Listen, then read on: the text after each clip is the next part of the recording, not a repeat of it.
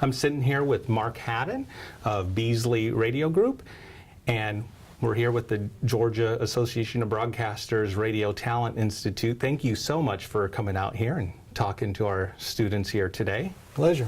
Glad to be here. Now, you have a long, storied history in radio sales, and I'm sure you've seen a lot of stuff that's changed and a lot of stuff that maybe is still the same. Can you tell me some of the things that are different and similar? Sure, Joe.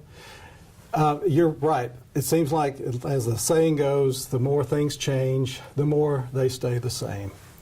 Obviously, the biggest change is the digital age that we live in.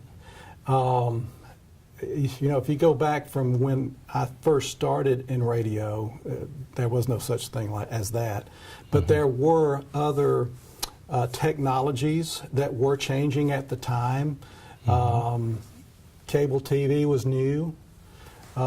Compact discs were brand new. I mean, it is ancient history, but as far as it affected the radio business, we were always being told, oh my gosh, you know, the radio business is going down the tubes because everybody's going to be listening to CDs now because they're so much better than cassettes. Or, you know, your AM station is going to be dead now because everybody's listening to FM. And, you know, and then you work your way through that, and then satellite comes up. Oh, you know, everybody's going to be listening to satellite. You're dead now. And, you know, you just find a way to work it through.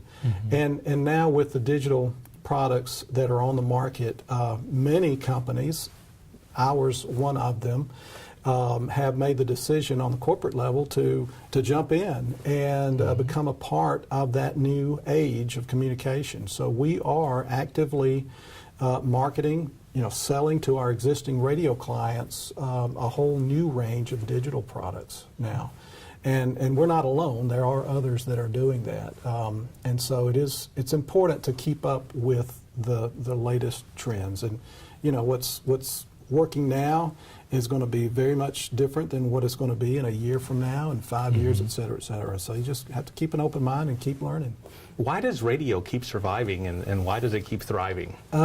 We like to think because it's very personal, or I don't know, personable maybe, I don't know. But we always put a big emphasis on our announcers, our personalities connecting with the audience. And you know, we use the analogy, if we're talking to an advertiser and they're doing billboards, for instance. Well, you know, advertisers don't have a favorite billboard company, right? Right. They do have a favorite radio station, and that is something that you can use in your bag of tricks to get them interested in doing business with you. For students who are looking to go into this career, we have several of them here today. I guess, what is a piece of advice that you could give them that, you know, you maybe wish you had entering the business several years ago? It's real important to be able to trust your employer. And you need to be trustworthy as well. You need to be yourself. You need to be honest and open.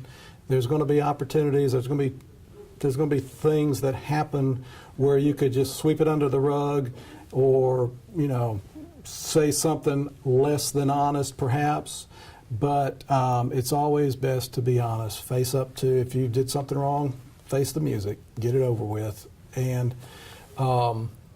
that comes back to, if you can trust the person you work with, then that person will let you make some mistakes. You can't make them every day, but you will be forgiven. I would say that's very important, is to.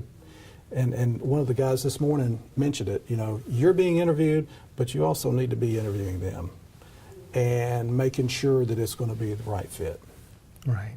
Well, thank you so much, Mark. I really appreciate it. Thank you, Joe.